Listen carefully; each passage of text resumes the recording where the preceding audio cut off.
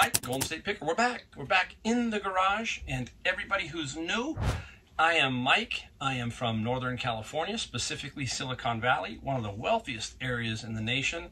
So sometimes I find some pretty interesting picks, some pretty interesting items due to that wealth. A lot of these people here seem to just want to throw away their most expensive stuff sometimes, and occasionally I get lucky, you know, so stick around. It'll be fun. It always is. We talk a little bit about everything. We just don't talk about reselling. We talk about how to be a better reseller, stuff like that. We try to motivate. We try to bring you to the next level of reselling. That's this channel. Don't do a lot of stuff in the field. Eventually, I'll get around to that. You got to hang around for it. You never know when I'm going to drop one of those on you. Once I learn how to use that GoPro Hero, you know, this thing right here just sits over here. There it is.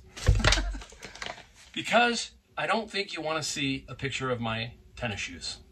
All right. Anyhow, hey, let's get this thing rolling. You know, today, it's funny, how do I come up with a topic of talking about something, you know, to give you guys something. I want to talk about it just for a quick second. So today, me and my son were out at the flea market, and it's about 10 o'clock, and up pulls this car driving down the middle of one of the rows, and I'm thinking to myself, it's 10 o'clock. Why are you here? You know, I mean, it's 10 o'clock. You've already missed a good 2 hours of the flea market. From 8 to 10 is probably the most, you know, the pretty solid time. So anyhow, the guy was talking, he stuck jam and those windows down, and I said something to him, and he said, yeah, he goes, I slept in. And it dawned on me, it just dawned on me. It says, I guess he wasn't motivated enough to get his day started to sell at the flea market. And who knows what he lost. I don't know what he had in the back of his van, had no idea. How much money he lost for those 2 hours by saying that he slept in. No motivation, right? That's a big key. I mean, motivation is number one, I think, of importance to everybody. If you're not motivated for anything, then you're pretty much doomed. I know a lot of people right now are in a real unmotivated stance because, hey, they just don't like their job. They're not motivated enough. So when the morning alarm clock rings, it's like, oh, here we go again, right? It's Groundhog Day. We're going to start this same process that I hate over and over. So if that's you, you got to try to figure out how to get motivated for something else other than that. Yeah, that's going to have to be there for a while because that's what you do. You have to make a living. But you got to find another way to motivate yourself to get up in that morning to start something different. If that's reselling and that's why you're here, then that's what you got to do, right? I'm going to give you, I found a really cool definition of motivation, which I thought, wow, this is perfect. This is dead on. Let me read it. Motivation is the spark that helps us get things accomplished. It's what fuels us and keeps us on track when life gets hard or comes in the way of our ambitions, desires, and tenacity. Ultimately, our ability to inspire self-motivation is often the difference between success and failure.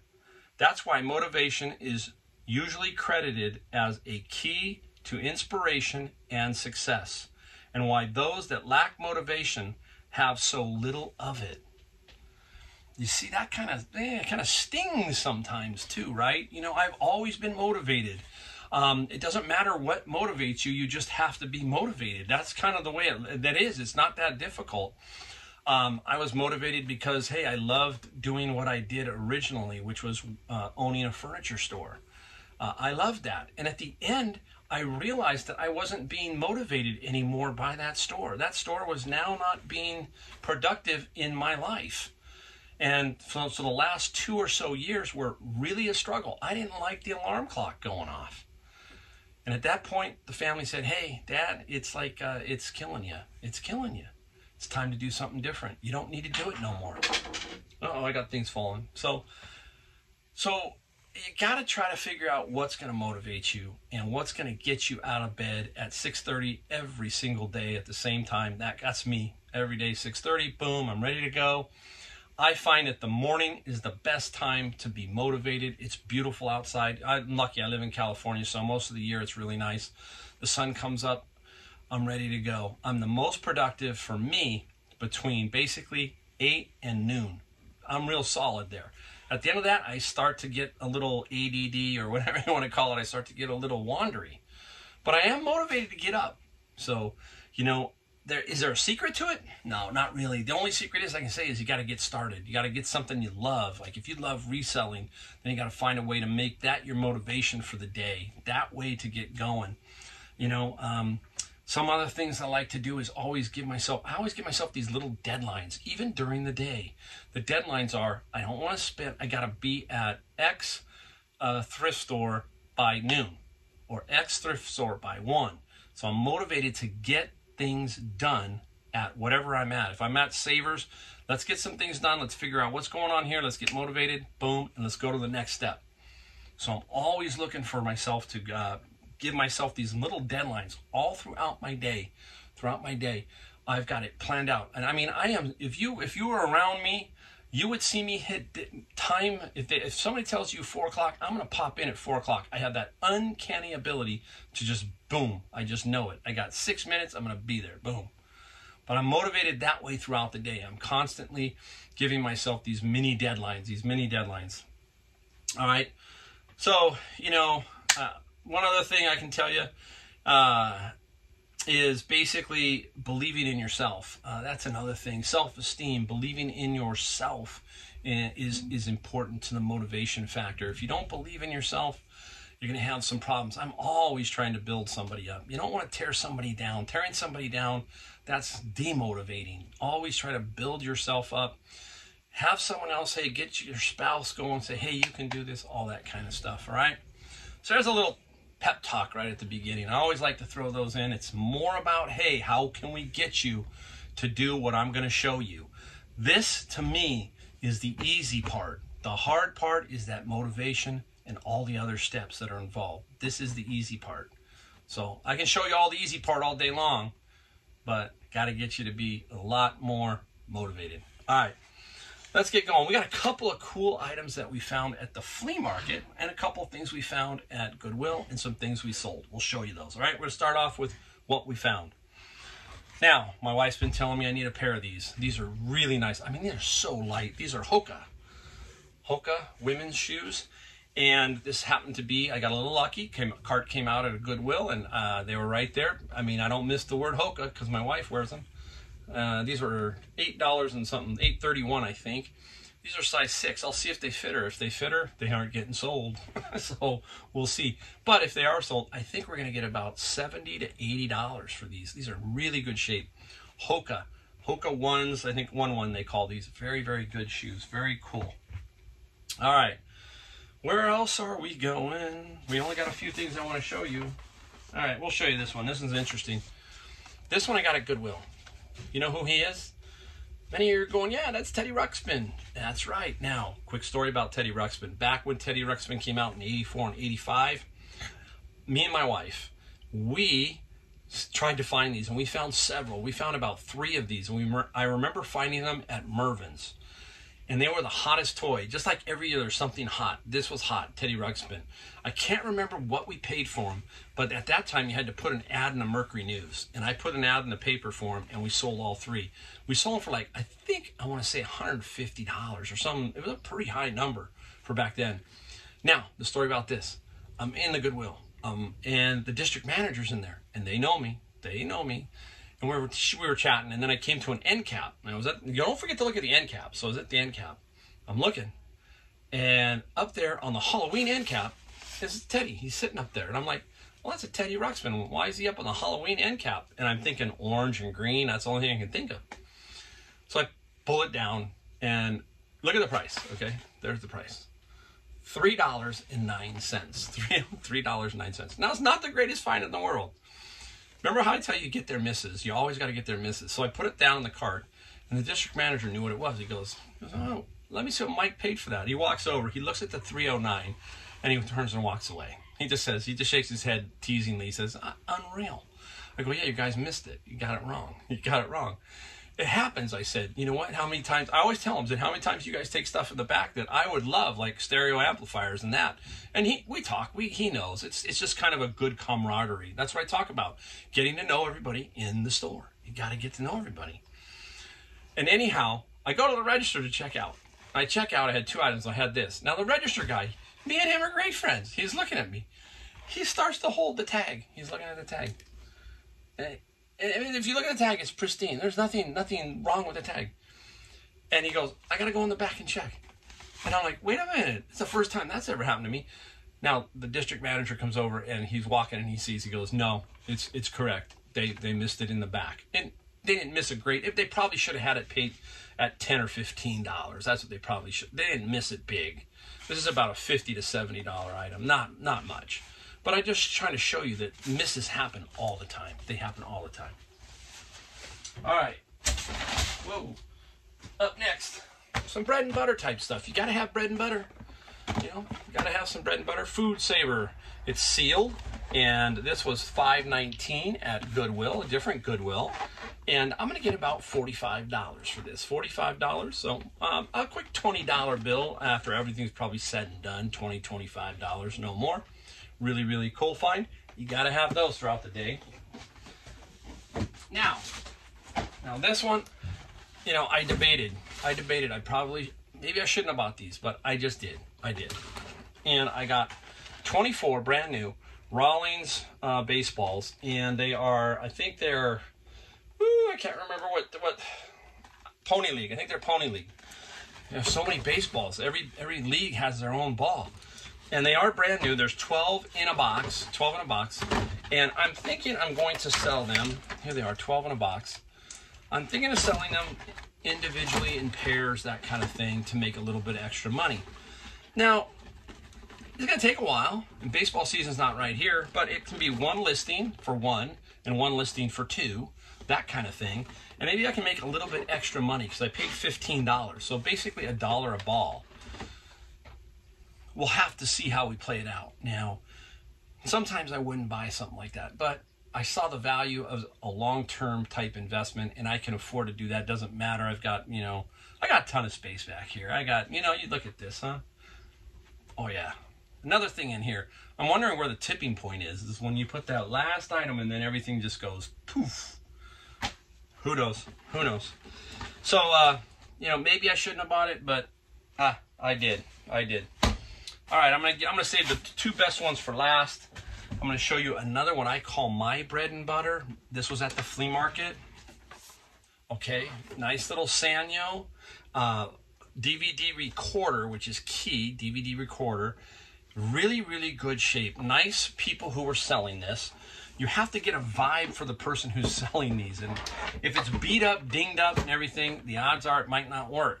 This one looked really good. And the type of stuff that they had in this booth seemed like they had taken something from a building, and it was. They said they got it from a church, and everything was there, and they were clearing out a bunch of stuff. No remote, but this one's got HDMI, which is really, really nice. This guy here is going to get me $130 to $150. I paid $15. He wanted $20. I said, hey, how about $15? He said, no problem. I sell a lot of DVD recorders, man. They are really, really good. They're still good. Certain ones are even better than others. So this one's a nice solid little one right here.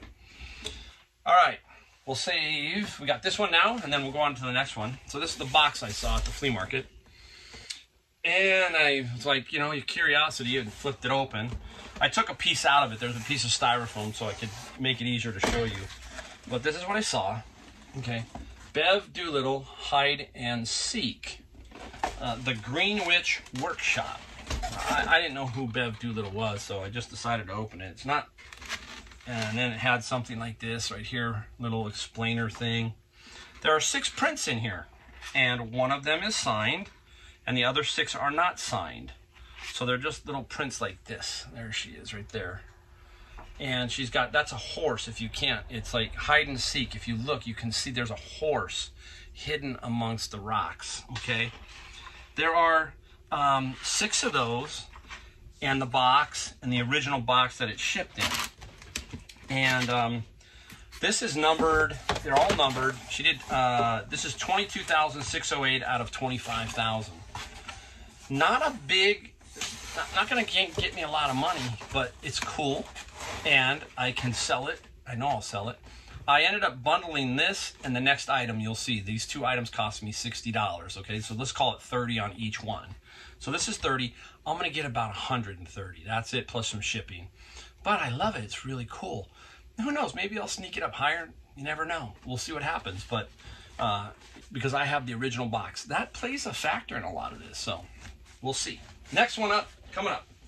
The one I really was stoked about. In the same booth, obviously, because I got it for 60 bucks total. Underneath the table, just underneath it, was this item.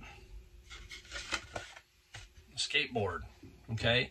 As I'm standing there, I'm looking at the prints. I didn't see the skateboard. See, this is the problem of being tall. If you're tall, you tend to just keep your eyes focused high, so you've got to train yourself to look low. You know, that's something everybody's got to learn is if you're small or shorter, you got to look high. I'm tall, I got to get down low because I miss a lot of low stuff. So this was under the table, and there was a guy, he looked at it, and he asked the guy, he goes, how much do you want for it? And the guy said, I want 40. And I'm thinking, oh, I really like that skateboard. Don't buy it. I'd like to take a shot at it. So, needless to say, I think the 40 scared him. And then I just used the bundle tactic, and I said, look, I picked it up and I looked at it, and I know who Steve Caballero is. Steve Caballero and Stacy Peralta, and Powell and all those guys. The wheels. These are Bones wheels. I don't think they're, you know, super nice trucks. It doesn't matter. It's about the deck. So anyhow, bundled it up, got it for 60. Now, online, there is a newer one of this, similar, very similar, that sold for $480. Skateboards right now are hot. And what people are doing is they call them hangers. They're hanging them on the wall as like art. And this is Steve Caballero, who is very famous, very in the skateboarding world. So we don't know yet. I'll let you know. I'm thinking at minimum here, minimum 300 bucks. It's all original. You can kind of tell, take a look at the tail end. It's all beat up. Yeah, hey, that's cool. That adds to the vintageness of it, right? So you know it's not a repop. I'll do a little bit more research, but I feel comfortable at least at 300. And who knows, maybe more. Maybe I run an auction at 300, started at that, and see what happens. So good day as far as finding some things. I got one or two other little things I didn't put in here, but steady day. All right, so let's reload and let's show you what. All right, we're back. We're gonna take a look at some smalls, some medium and a large. We're gonna take a look at those and see what we sold. You know, I like to mix it up and show you a little bit of everything so you can feel like, hey, he does sell some smalls and he does sell mediums and larges. Just don't want to sit there and show you 4, 5, 6 big ones and then just walk away. That doesn't work. You got to see everything. That's the best way to see it so you can understand that, yes, we all do find these smalls and we sell the smalls just as well as the bigs. All right? All right, first up is an album, Judas Priest, Ram It Down. Rob Halford and the gang. This guy here sold for $14 plus $4 shipping. I have so many albums. I'm an album collector. That's one area maybe I do kind of collect in, and they don't take up a lot of room because you can stack them in crates, so they're not terribly space intrusive. So I do keep a few for myself, and then I sell some off, especially when I find a nice big lot that's going to sell me 30, 35. And if you watched earlier in the summer and you saw that big album find that I got that was like a $3,500 album find, it turned out to be. So that was a cool one. So I do like my albums. I do like them. All right, up next, take a look. This here, just found it the other day. Head cover. Commonwealth Picker. I'm a golfer, so I would have been selling head covers, but Kevin was always talking about how he would clear them out at the winter. Once winter hit at the golf course, he'd buy all their golf head covers, and that's a smart idea. That's a smart, because these are easy to sell. This guy here sold for $14 in free shipping, 14 bucks in free shipping. Take it all day long, because I paid $5 for 5 of them. I've already sold 2. This is now, I think, $25, so I'm already in the money. Already in the money. All right, the least expensive of my mini LPs, my Japanese mini LPs. I didn't think I could get below this number, but I did.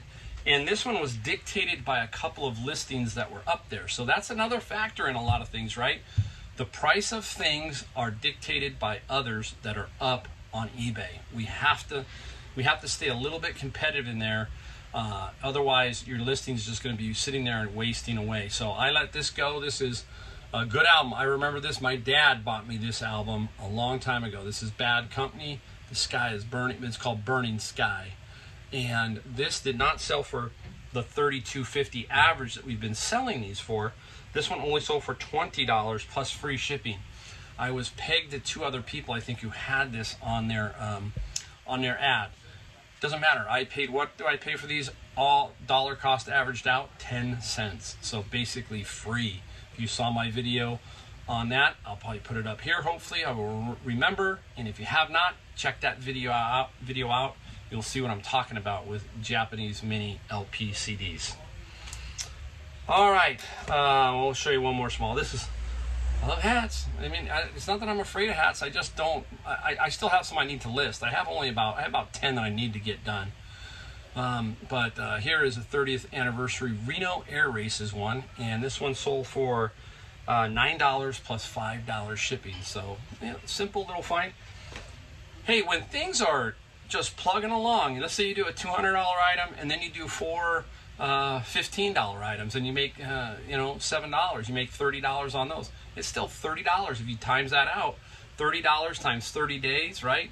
It's $900. So yeah, the smalls add up. You've got to have a little bit of everything in this reselling game, and they add up. They really do. All right, let's go into. We'll go into this one right here. This one's interesting. This is kind of a medium price one. This is it's called a Express Adlink. It's a module, and I don't know exactly what it does, but it's like a mini little module board. There you go. Look at that thing, okay? The great thing about these is they are generally missed, this type of stuff, all the time at thrift stores. This was $4.99 as I remember, $4.99. Sold for, get this, $140 and $10 shipping. Now, remember what I said, make money on the shipping? I put it up for 10. I don't care. That's what I'm going to put it up for. It's 10 bucks. It's definitely first class. So let's give it 6. I'm going to make 4 on the shipping. 4 on the shipping. Hey, I got time involved. We talk about that. Time to package, bubble wrap up here. That costs you money. Throw that into the shipping. If you do, you know, $10, $20 a day you make on the shipping times 365, you can see where I'm going with it, right? All right. So that was pretty cool. Now, I'm digging around because I want to show you. Okay, we'll show you this one here. Golf club time. Another thing is these. It's just like the hat, the golf club, the head cover. All these things are, you know, the little things that just add up. And this guy is a Ping I2. I take all the wedges all the time. And I've told, like you told stories about how the Goodwill needs to bundle these. They're not bundling these because most of the time I want the wedge and the sand wedge. But if you're going to give me the whole set at a good deal, I'll take them all off your hands. Otherwise, you're going to have a bunch laying around. They don't do it. They price them individually, like at $4 to $6. This guy here sold for $30 plus $12 shipping. $30. Where are we going next? Let's get going. Let's get motivated here. Oh, sorry, I got to reach out. These sold pretty quick. Again, I priced these to move. We only paid, I think we paid 15 or 20, I can't remember now, $15 or $20. And what was unique about this artist is he or she paints on copper.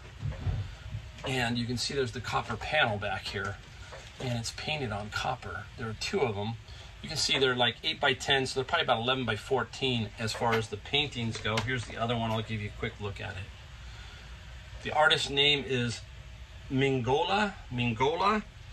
These pictures sold for $100 plus $25 shipping. And as I remember, I think it's Texas it's going to, so it's middle of the country. Shouldn't be a problem as far as price, should be spot on for shipping.